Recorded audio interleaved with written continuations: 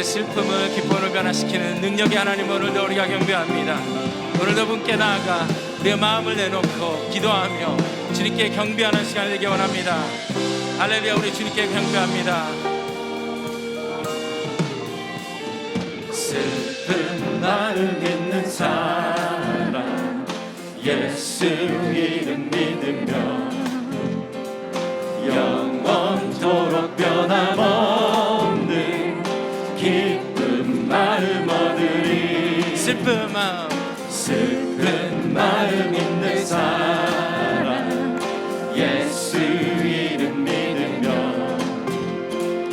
영원토록 변함없는 기쁜 마음 얻으리. 예수의 이름은 세상의 소망이요 예수의 이름은 천국의 기쁨일세.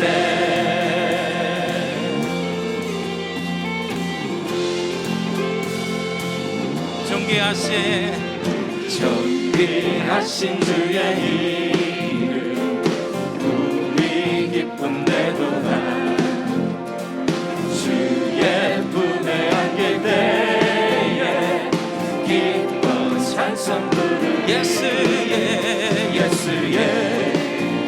이름은 세상의 소망이요 예수의 이름은 천국의 기쁨일세. 예수의 이름은 세상의 소망이요 예수의 이름은 천국의 기쁨일세.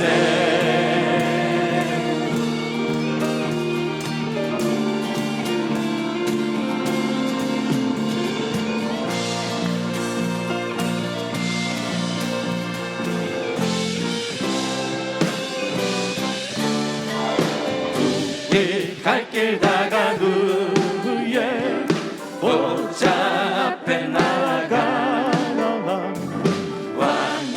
왕께 경배하며 멸류관. 우리 다시 고백합시다. 우리 갈 길 다간 후에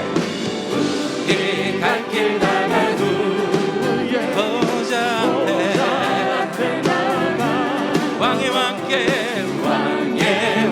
경배하며 멸류관을 드리. 예수의 이름은 세상의 소망이요 예수의 이름은 천국의 기쁨일세. 예수의 이름은 세상의 소망이요 예수의 이름은 천국의. 다시 한번 고백합시다. 예수의 이름은 세상의 소망이요 예수의 이름은 천국의 기쁨일세.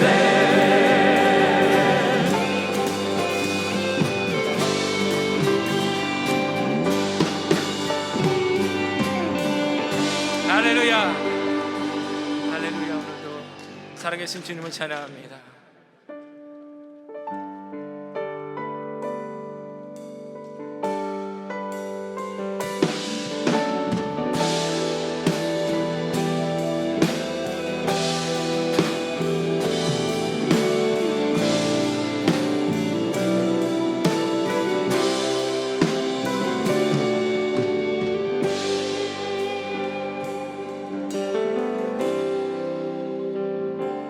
나의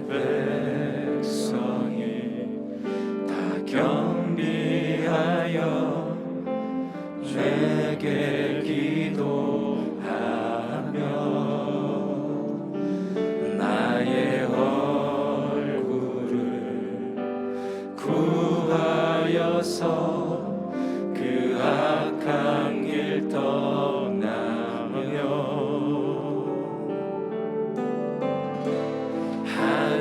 하늘에서 듣고 죄를 사하며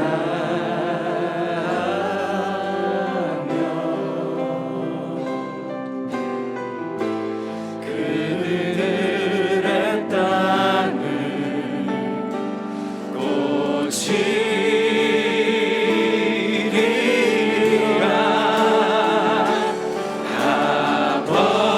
아버지여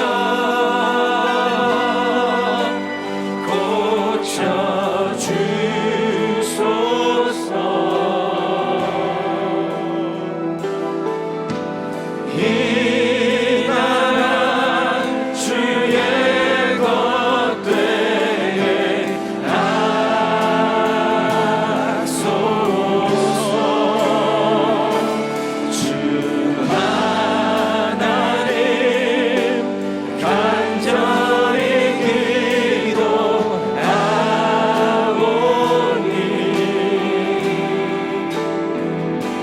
상한 이 땅 새롭게 하소서.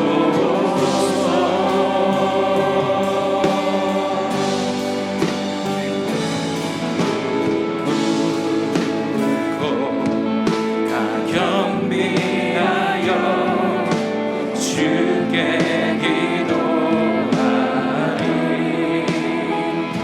주의 얼굴을 구하여서 그 악한 길 떠나리. 주님의 자비로 주님의 자비로 죄를 사하며 죄를 사하며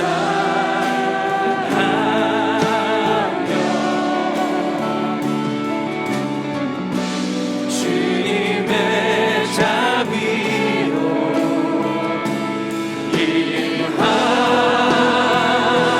임하소서.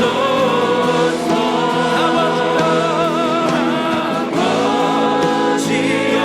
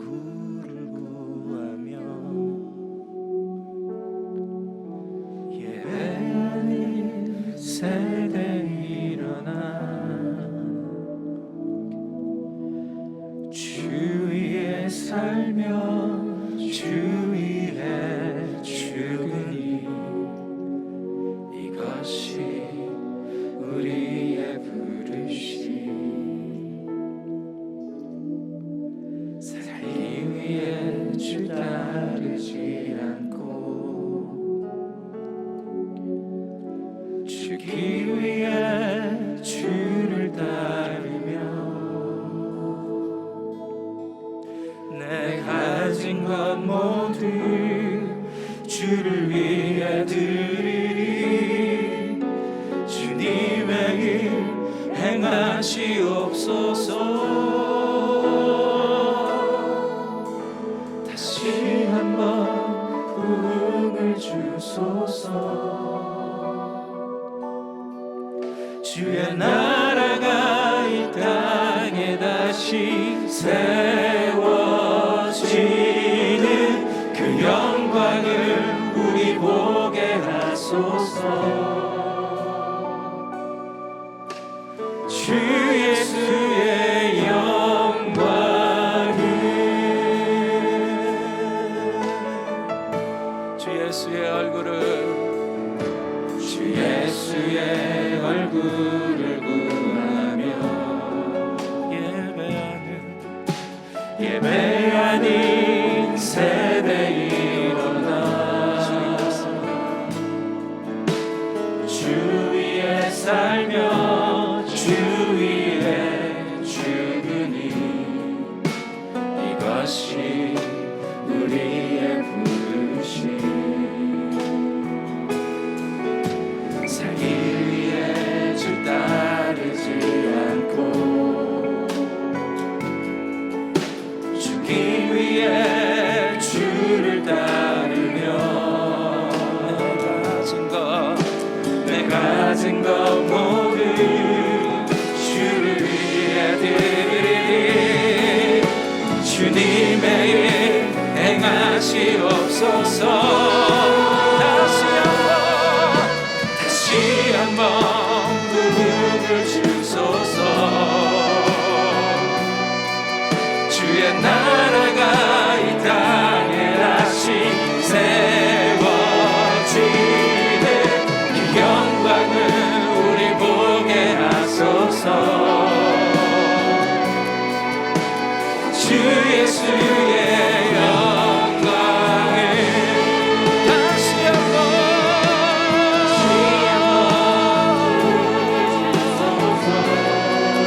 주의 나라가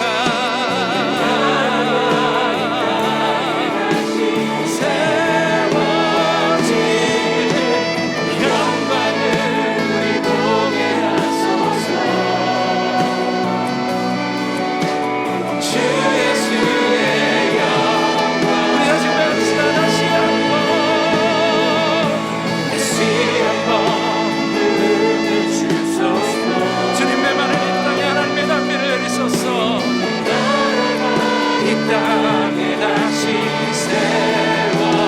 세워지는 영광을 우리 보게 하소서. 주 예수의 우리 다시 한번 다 같이 고백합시다. 다시 한번 부흥을 주소서. 주의 나라가 이 땅에 다시 세워 주님 온전하게 회복시켜 주옵소서. 주님 하나님의 나라가 이 땅 가운데 주님 다시 한번 세워주시도록 주님 역사하여 주옵소서. 우리 마음 가운데 하나님의 나라가 역사하여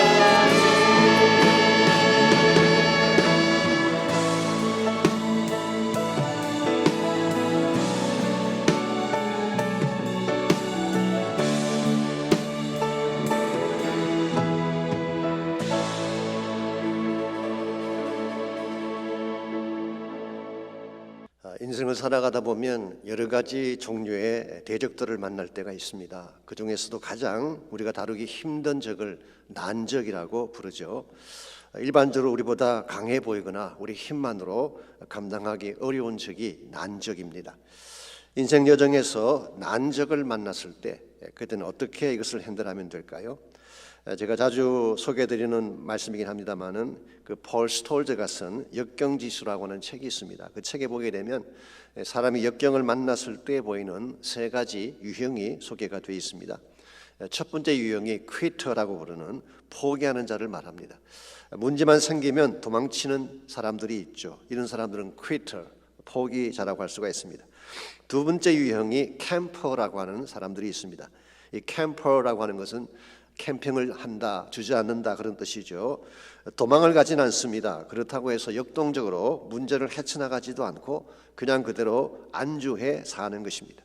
사실 대다수의 사람들이 여기에 해당한다고 합니다. 주로 문제가 생기면 그냥 안주하는 것이죠.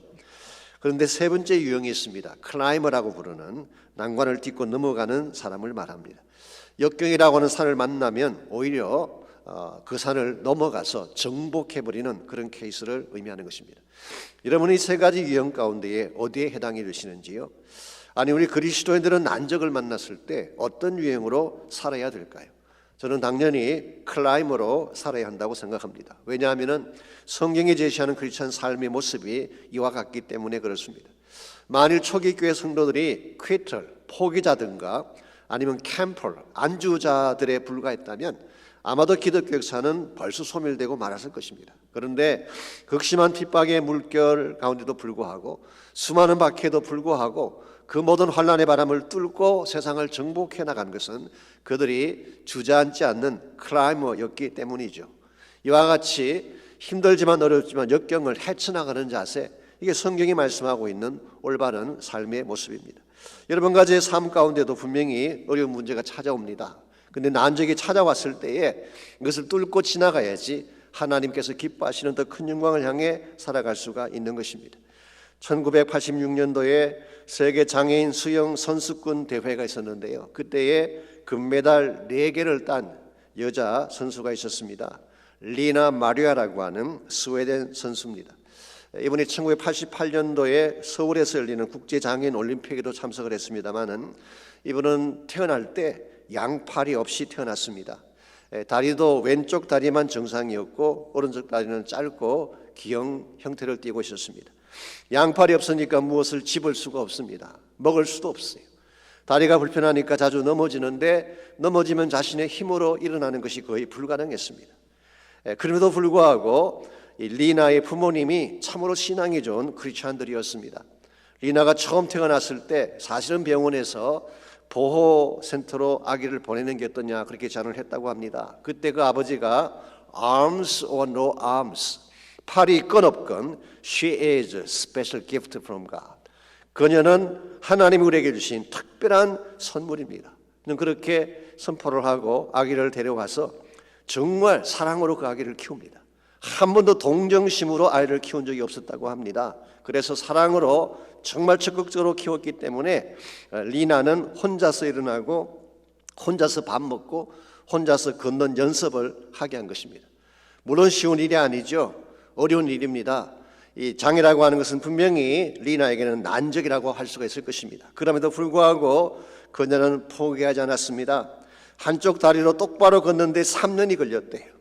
혼자 옷을 입는데 12년이 걸렸습니다. 그런데도 불구하고 끝까지 그것을 극복해낸 결과 지금은 왼팔로 펜을 잡고 글을 쓰고 심지어 왼발 하나로 자동차 운전대를 잡고 자동차를 몰고 다닙니다. 초등학교 수업 시간에 선생님이 질문을 하면 맨 먼저 손 대신 발을 들고 저요라고 했다고 합니다. 이런 리나였기 때문에 그녀는 3살 때부터 수영 연습을 했고 나중에 스웨덴 국가대표 선수가 된 것입니다. 그런데 여기서 끝나지 않습니다. 이 리나에게는 특별한 재능이 있었어요. 그게 하나님께서 주신 아름다운 목소리였습니다. 그래서 아름다운 목소리를 가지고 하나님을 찬양하기 시작했고 전 세계를 돌면서 찬양과 간정으로 하나님을 높이는 삶을 살고 계십니다. 사실 몇 년 전에 한국도 다녀갔죠. 여러분, 리나가 육체적 난관에도 불구하고 이것을 넘어설 수 있었던 이유가 무엇일까요? 그녀가 불렀던 2개의 찬양이 이것을 잘 대변해 주고 있지 않는가 생각합니다. 그녀가 잘 불렀던 첫 번째 찬양이 Amazing Grace, 하나님의 은혜를 찬양했어요. 이 리나가 이와 같이 일어서게 된 첫 번째 이유는 하나님 은혜 때문이죠. 또 하나는 You Raise Me Up이라고 하는 노래입니다. 우리말로 주 세우시네라고 하는 찬양이죠. 여러분께서 유튜브를 통해서 한번 들어보시기 바랍니다. 아마도 이 노래를 부른 사람들 가운데 가장 깊은 감동을 안겨준 노래일 것입니다. 이와 같은 가사가 거기 나오죠. 내 영혼이 지치고 힘들 때 When I'm down, oh my soul so weary. 고통이 몰려와 내 마음을 짓누를 때에 When troubles come, my heart burdened be.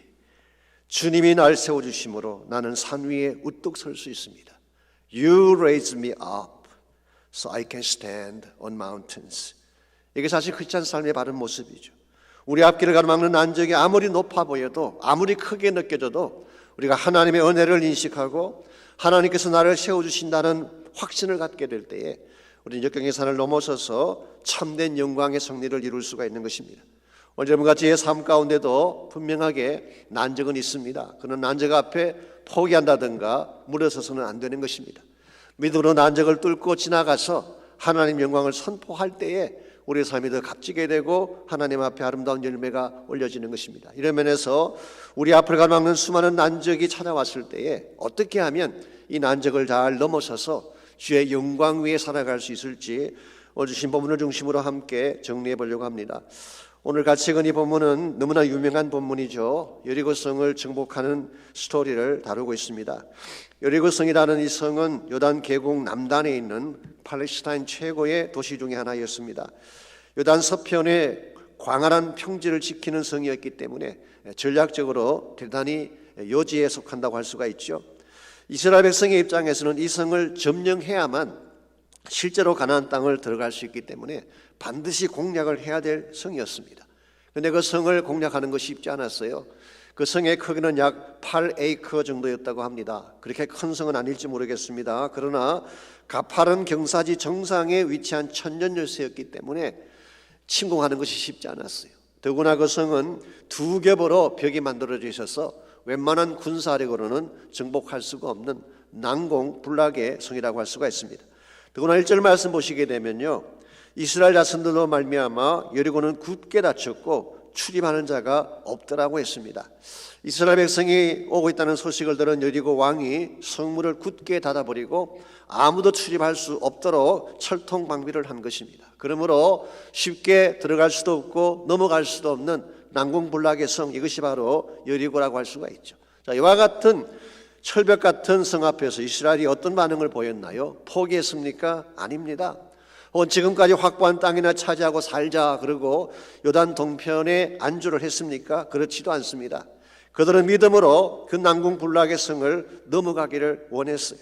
그리고 이 성을 정복함으로써 하나님의 기적을 만방에 선포하기를 원했던 것이 그 당시 여호수아를 비롯한 이스라엘 백성의 모습이라고 할 수가 있습니다. 저는 여기 우리 모두가 붙잡아야 될 중요한 자세가 있다고 생각합니다. 하나님 여러분과 저를 포기자로, 퀴터로 부르지 않으셨어요. 하나님 여러분과 저를 어중간한 타협자로, mediocre, 캠프로 부르신 것도 아닙니다.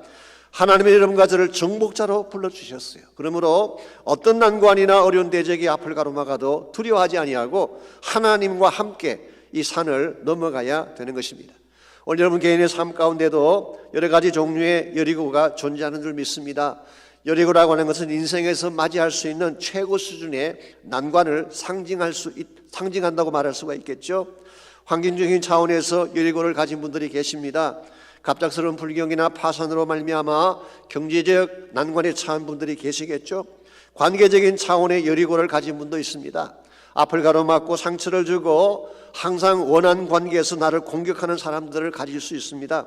혹은 육체적인 차원에서 질병이 찾아온다든가 마약이나 중독 같은 것에 빠졌을 경우에 이것이 우리 모두가 넘어가기는 쉽지 아니한 여리고라고 부를 수가 있습니다.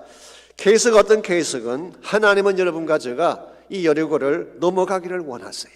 그리고 여리고를 정복하고 하나님의 뜻을 성취하기를 원하시는 것이 하나님의 마음이기 때문에 우리는 반드시 여리고를 공략할 수 있어야 됩니다. 문제는 어떻게 이 난적인 여리고를 우리 공략이 가능하냐는 것입니다. 오늘 본문에 보시게 되면 이 여리고를 여호수아가 이끄는 이스라엘이 어떻게 공략했는지에 대한 구체적인 내용들이 나와 있습니다.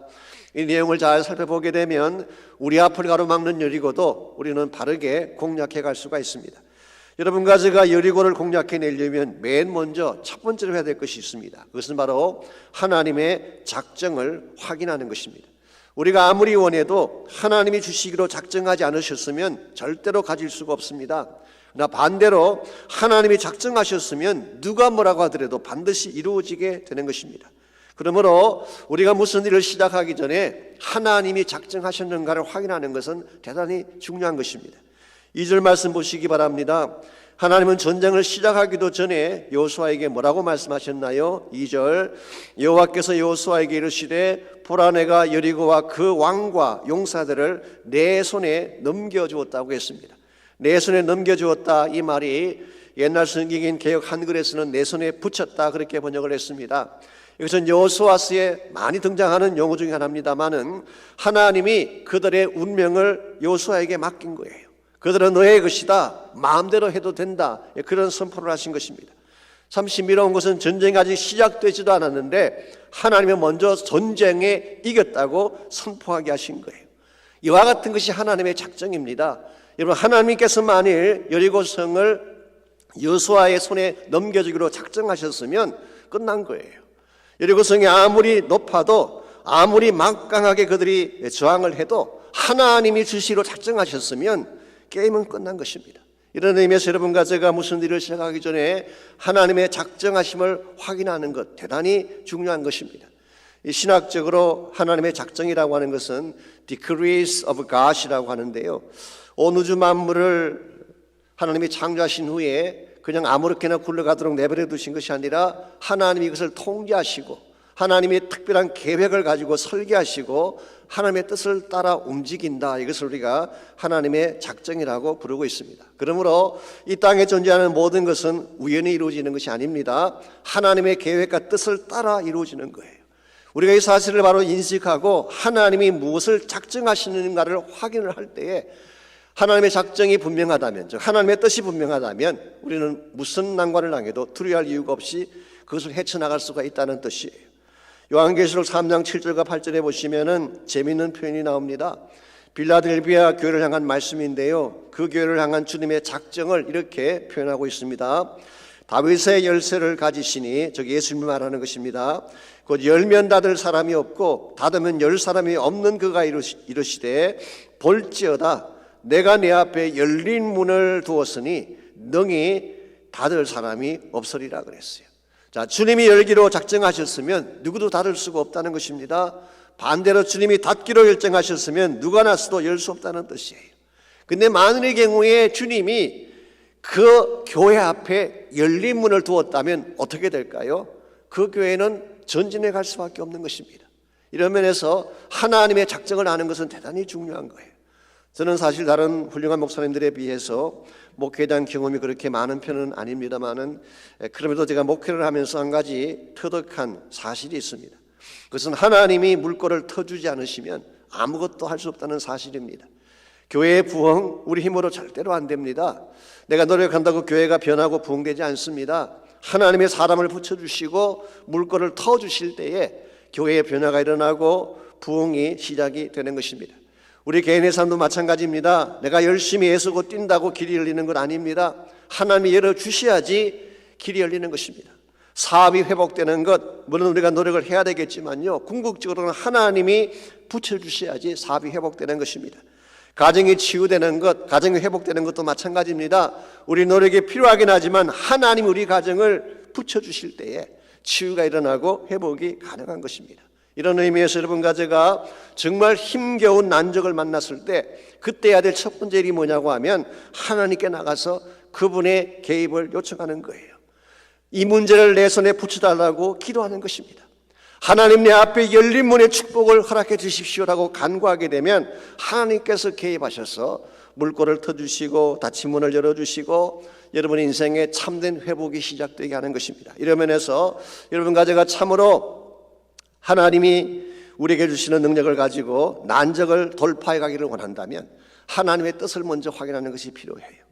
지금은 옛날 옛적 이야기가 됐습니다마는 저희가 이 라이프웨이 비전 센터를 건축을 할 때요, 사실은 건축을 하기 전에 꼭 풀어야 될 문제가 하나 있었습니다. 그것은 바로 이 교회 동남쪽 코너에 있는 집을 사는 문제였어요. 그 집을 사야지 반듯한 낫을 만들 수가 있고 그래야 건축이 가능한데, 문제는 집주인이 집을 안 파는 것입니다. 그래서 저에게 집사님 한 분이 매년 그 집을 찾아가서 제안을 했어요. 그렇게 하기를 10년 동안 했는데도 팔질 않는 것입니다. 그래서 건축위원회에서 시중 가격보다 높게 주더라도 사자고 결정을 하고 그렇게 기다려도 살 수가 없었습니다. 그분들의 설명이 이와 같습니다. 그 집 자체가 이 인컴 프로퍼티예요. 그래서 이 수입이 들어오는 집이고 또 가족들의 소유권이 복잡하게 얽혀 있기 때문에 파는 것이 불가능하다, 그런 대답이었어요. 어느 날 제가 사실 새벽에 기도를 하는 중에 하나님이 제 마음속에 이런 생각을 주셨어요. 중요한 건 하나님의 비전이다. 하나님 비전만 분명하다면 그 집을 사는 것은 문제가 아니다라고 하는 깨달음을 주셨어요. 그때 제가 무릎을 치며 하나님께 드린 것이 이것입니다. 맞습니다. 하나님 뜻이 중요한 것이지 하나님 뜻만 확실해지면 다른 것은 다 따라오는 것인데 제가 우선순위를 잘못 정했습니다. 그래서 그때부터 교회의 비전을 붙잡고 기도하기 시작했어요. 하나님께서 이 교회를 통해 무엇을 행하기를 원하시는가, 이걸 놓고 기도하기 시작했는데요. 이 기도가 시작되고 며칠 후에 한 통의 편지가 왔습니다. 그 집에서 보낸 것이었어요. 사실은 오픈 마켓에 이것을 내놓으려고 하는데 내놓기 전에 먼저 교회에 제안을 한다 그러면서요, 우리가 생각했던 것보다 훨씬 낮은 가격으로 집을 오퍼를 했어요. 제 기억으로 그 당시 공시된 가격보다 더 낮게 금액을 적지 않았나 생각합니다. 여러분, 이게 하나님이 하시는 일이에요. 그때 제가 깨달은 중요한 두 가지 사실이 있습니다. 첫째로 가장 중요한 것은 언제나 하나님의 뜻이다. 하나님이 무슨 뜻을 가지고 계시는가, 이걸 하는 것이 가장 중요하다. 두 번째는 10년 동안 쫓아다녀도 안 되는 것이지만 하나님이 한번 물꼬를 트시면 며칠 만에 이루어질 수 있다. 이 사실을 제가 깨닫게 됐어요. 사랑하는 성도 여러분, 정말 문제는 주어진 문제 그 자체가 아닙니다. 하나님을 어떻게 신뢰하느냐가 우리의 진정한 문제예요. 그러므로 문제를 만났을 때에 하나님의 뜻과 계획을 잘 확인하시고 하나님이 우리 인생 속에 개입하시도록 초청하시게 되면 여러분의 인생은 변화될 수가 있고 참된 차원의 승리는 주어지게 되는 것입니다. 두 번째로 여리고를 공략해내려면 믿음의 전략을 따라야 합니다. 우리가 하나님의 작정을 확인했으면 이제 하나님께서 지시하시는 방법대로 해야지 여리고가 무너지는 것입니다. 저는 이와 같이 하나님의 방법대로 행하는 것을 믿음의 전략이라고 부르고 싶습니다. 이 3절과 4절을 보시면요, 하나님께서 지시하신 전략이 거기에 소개가 되어 있습니다. 먼저 3절 말씀, 너희 모든 군사는 그 성을 둘러 성 주위를 매일 한 번씩 돌되 여세 동안을 그리하라 그랬어요. 자, 하나님께서는 모든 군대를 여리고성 주변을 매일 돌게 했습니다. 그것도 6일 동안 계속하게 했습니다. 그런데 4절 말씀을 보시게 되면 이 일의 주역이 군사들이 아니라 사실은 제사장들이라는 사실을 확인할 수가 있어요. 하나님은 7 제사장들이 7 양각 나팔을 붙잡고 언약궤 앞을 진행해 나아가라고 분부를 하셨어요. 그리고 제7일 되는 날에는 그 성을 7바퀴 돌면서 나팔을 불라, 그렇게 말씀하셨습니다. 여기서 나팔이라고 하는 것은 양각 나팔입니다. 즉 순양의 뿔로 만든 나팔입니다.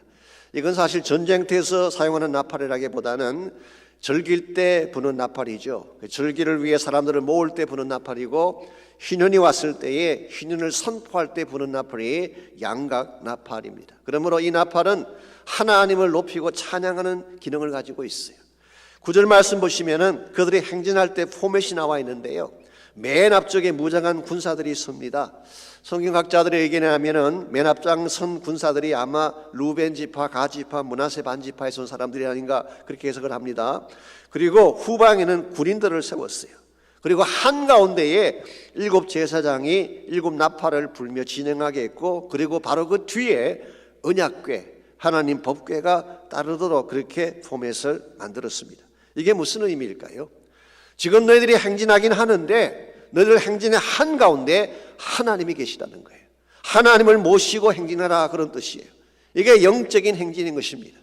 이것은 일반적인 군사작전과는 다른 것입니다. 정말 일반적인 군대를 동원해서 전쟁을 하는 것이라면 당연히 군사력을 동원하고 칼과 창을 준비를 해야 될 테인데 하나님은 그렇게 하지 않으셨어요.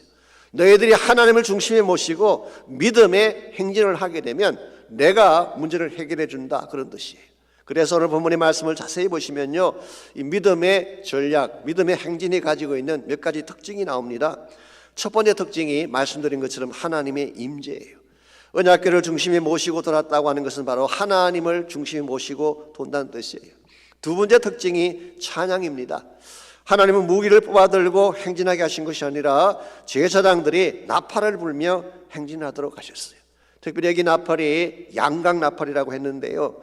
이것은 바로 순양을 잡아서 그 뿔로 만든 것이기 때문에 어떤 성경학자는 구속사적인 차원에서 예수님의 보혈을 상징하는 것이 아닌가 그렇게 해석하기도 합니다. 어쨌든 간에 지금 여기에 나오는 이 포맷은 찬양의 포맷이에요.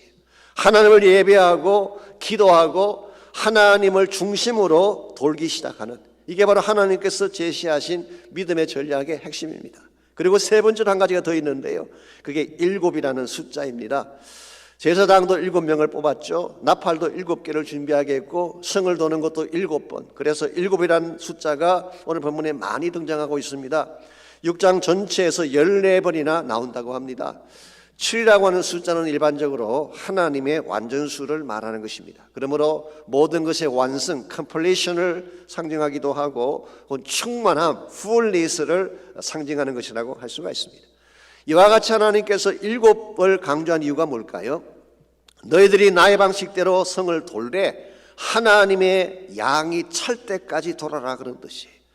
여러분, 모든 것은 양이 차야 이루어지는 것입니다. 하나님께서 우리에게 뭘 주시려고 할 때에 하나님이 디자인하신 양이 찼을 때 주어지는 것이지 내 마음대로 결정하거나 내 마음대로 가질 수가 없는 것입니다. 예를 들어 기도라고 하는 것도 기도의 양이 차야지 응답이 되는 것입니다. 그런데 우리는 몇 번 해보다가 응답이 없으면 포기하고 그만둘 때가 있잖아요. 정말 기도 응답 받기를 원하면 응답하실 때까지, 양이 찰 때까지 해야 돼요. 자녀가 빗나갔을 때에 우리는 그 자녀를 사랑으로 이렇게 보담하려고 하죠. 그런데 많은 경우에 보게 되면 몇 번 그렇게 시도하다가 안 되면 화내고 스스로 상처받고 돌아설 때가 있어요. 그래서 여리고성이 무너지는 게 아니라 내 자신이 먼저 무너지는 케이스를 흔히 볼 수가 있습니다. 정말 우리가 하나님이 기뻐하는 일을 행하기를 원한다면 정말 기도를 해도 끝까지 하고 사랑을 해도 끝까지 사랑하고 예배를 해도 끝까지 예배하는 이 완전수의 채우심이 중요한 것입니다. 그래서 인디안들이 하는 말 중에 그런 말이 있습니다. 인디안들이 기우제를 드리면 반드시 비가 온다, 그런 말이 있어요. 여러분, 인디안들이 기우제를 드리면요 반드시 비가 옵니다. 왜 그런지 아십니까? 이유는 간단합니다. 그들은 한 번 기우제를 시작하면 비가 올 때까지 계속하기 때문에, 그게 뭐 수개월이 걸리건 1년이 걸리건 2년이 걸리건 비가 올 때까지 기우제를 드리니까 기우제를 드리면 반드시 비가 온다는 말이 맞죠. 여러분, 이게 일종의 집념입니다. 인디안들도 이와 같은 집념으로 메어 달리는데 하나님의 선하심을 믿는 여러분과 제가 끝까지 메어 달리지 않고 도중에 포기한다면 어떻게 하나님의 위대한 뜻을 이룰 수가 있겠어요? 이런 의미에서 여러분과 저에게 주어진 난제가 무엇이든지, 나를 가로막는 열거성이 무엇이든지 포기하지 말고 끝까지 도시기 바랍니다. 매일매일 돌라고 하면 돌아야 되는 거예요. 그리고 오늘 돌아서 안 무너지면 내일 또 돌아야 돼요. 내일 돌아서 안 무너지면 또 돌아야 돼요. 그래서 하나님의 숫자가 찰 때까지 돌게 되면 언젠가는 그 견고한성 여리고가 무너지게 되는 거예요. 이와 같이 우리가 이 난적인 여리고를 공략해내려면 1차적으로는 하나님이 길을 열어주셔야 돼요. 하나님이 그 성을 우리에게 붙여주셔야지 이길 수가 있는 것입니다. 두 번째는 믿음의 전략에 순종을 해야 됩니다. 인간적인 방법을 가지고 하려고 하다 보니까 문제가 더 꼬이는 거예요. 하나님의 방법으로 돌아가시기 바랍니다. 찬양하고 예배하고 기도하며 엎드리는 것입니다. 말씀 따라 순종하는 거예요. 그러면 하나님께서 문제를 풀어주시고 길을 열어주시는 것입니다. 그 네 개에서 끝났으면 안 됩니다. 또 한 가지 중요한 요소가 있어요. 여리고를 공략해내려면 기도의 함성을 외쳐야 되는 것입니다. 어쩌면 이 마지막 요소가 여리고를 무너뜨리는 결정적인 요소라고 할 수도 있겠습니다. 10절 말씀 보겠습니다. 여호수아가 백성에게 명령하여 이르되 너희는 외치지 말며 너희 음성을 들리게 하지 말며 너희 입에서 아무 말도 내지 말라. 그리하다가 내가 너희에게 명령하여 외치라 하는 날에 외칠지니라, 그렇게 이야기했어요. 여기 보시면은 너희들은 외치지 말고 음성을 들리게 하지 말라, 입에서 아무 소리도 내지 말라, don't raise your voice, 그렇게 말씀하셨어요. 자, 하나님께서 왜 이스라엘 백성에게 이런 명령을 내리셨을까요? 하나님이 그 백성을 침묵하게 한 데는 몇 가지 이유가 있는 것 같습니다. 첫 번째 이유는 인간의 속성을 잘 아셨기 때문에, 우리 인간의 마음속에는 불평하고 싶어하는 속성이 있습니다. 원망하며 불신하는 속성이 우리에게 있죠. 그래서 목소리 내지 말라 그런 거예요. 우리가 잘 아는 것처럼 지난 40년 동안 이스라엘 백성의 전공 과목이 무엇이었어요? 불평하는 거였잖아요. 뒤에서 까시바하고 원망하며 살아왔던 그들의 입술이 하루아침에 변하겠습니까? 아마도 제 짐작이긴 하지만요, 그냥 말하도록 내버려 뒀으면요 별의별 불평이 다 나왔을 거예요. 야, 이거 지금 우리 뭐 하는 거냐? 매일 성을 돌고 있는데 이거 동거 아니냐? 어떻게 성만 돈단 말이냐? 이런다고 뭐가 되겠냐? 그만두고 돌아가자. 아마 수많은 불평이 나오고 maybe 옛날 가데스 바네처럼 선동하는 사람이 나왔을지도 모르겠어요.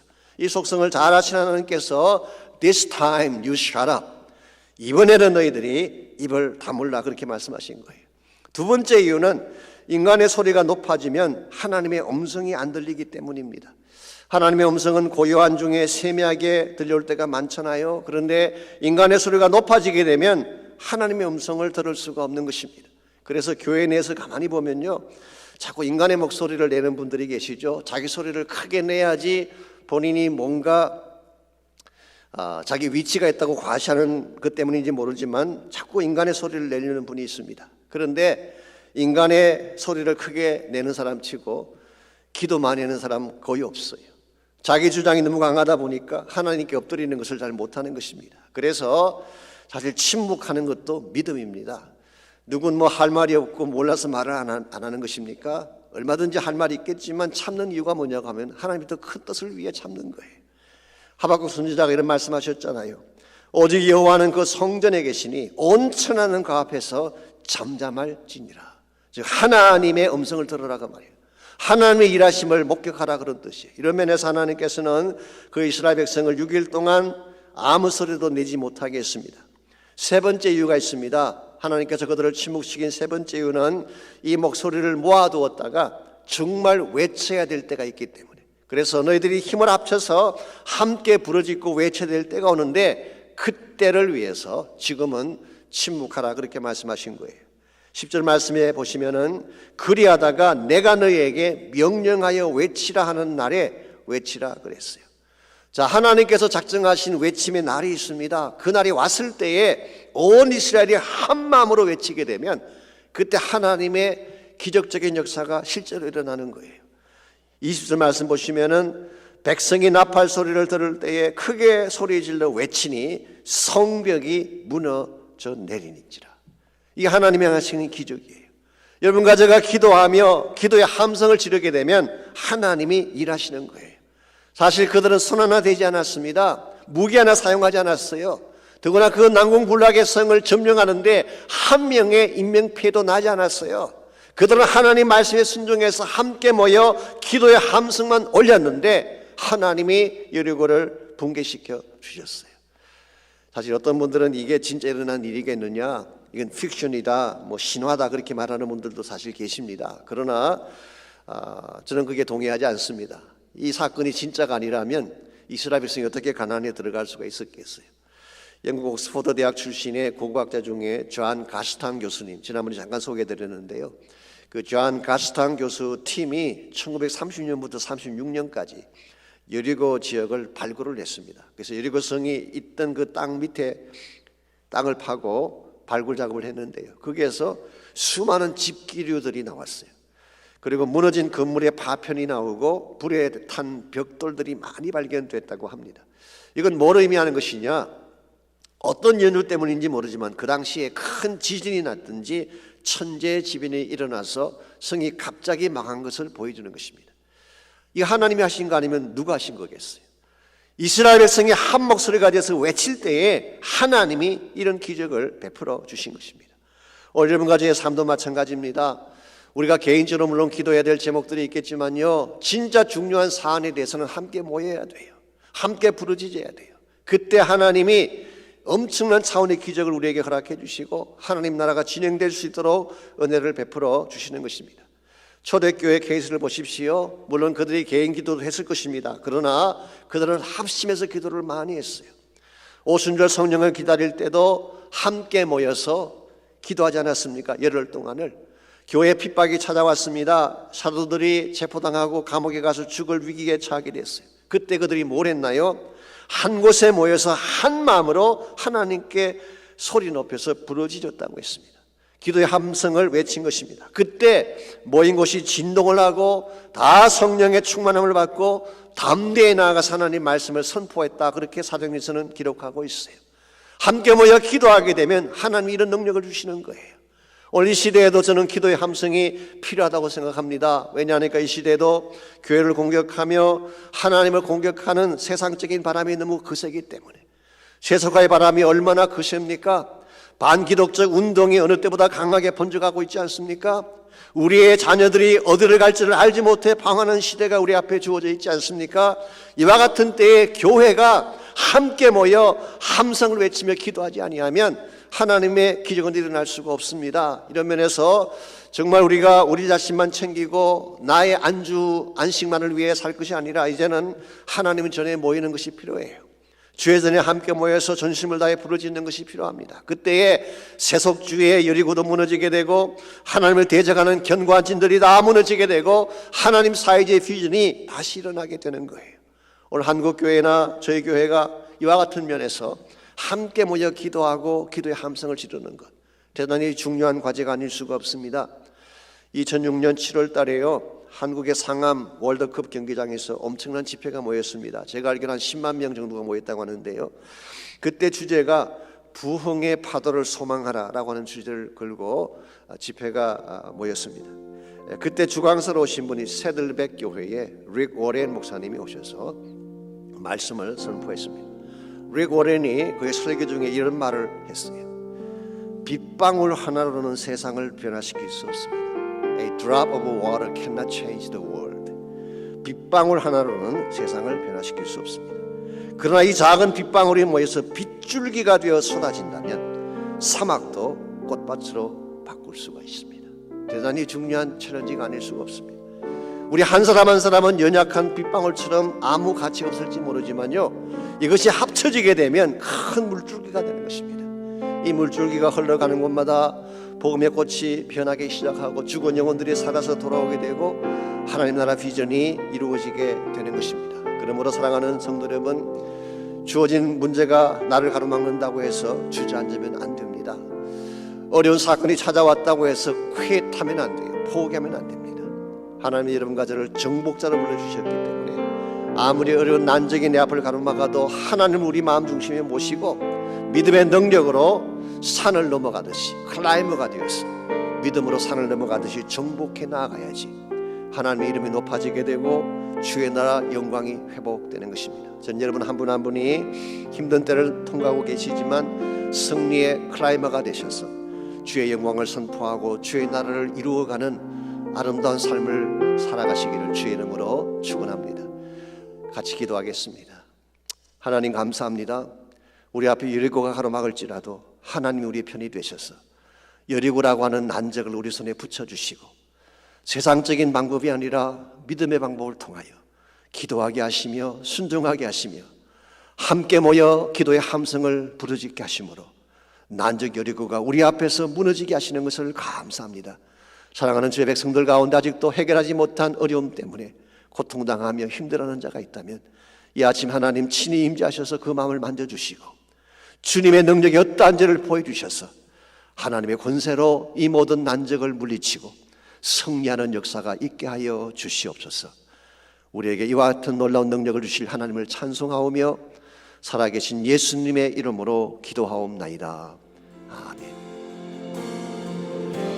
세상을 살아가는 동안에 나의 힘을 의지할 수 없으니 기도하고 낙심하지 말 것을 주께서 참 소망이 되심이라. 이 세상을 살아가는 동안에 나의 힘을 의지할 수 없으니 기도하고 낙심하지 말 것을 주께서 참 소망이 되심이라. 하나님의 꿈이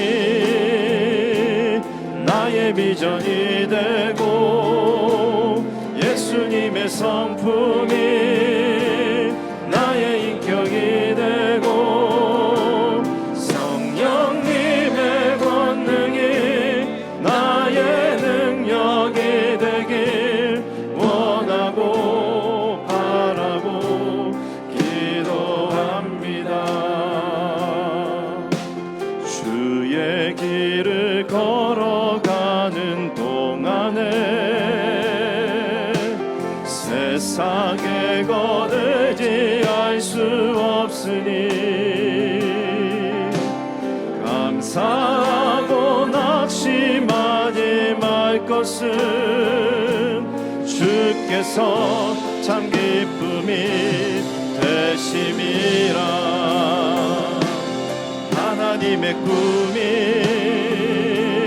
나의 비전이 되고 예수님의 성품이 나의 인격이 되고 성령님의 권능이 나의 능력이 되길 원하고 바라고 기도합니다.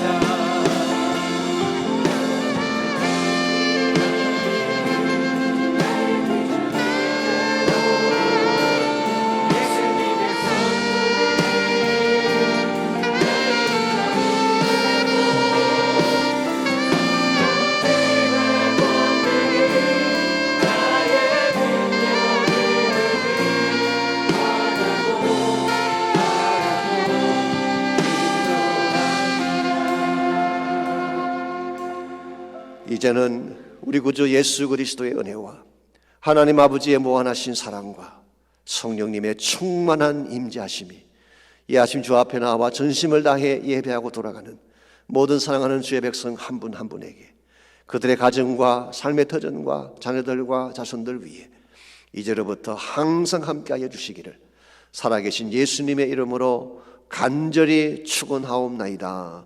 아멘.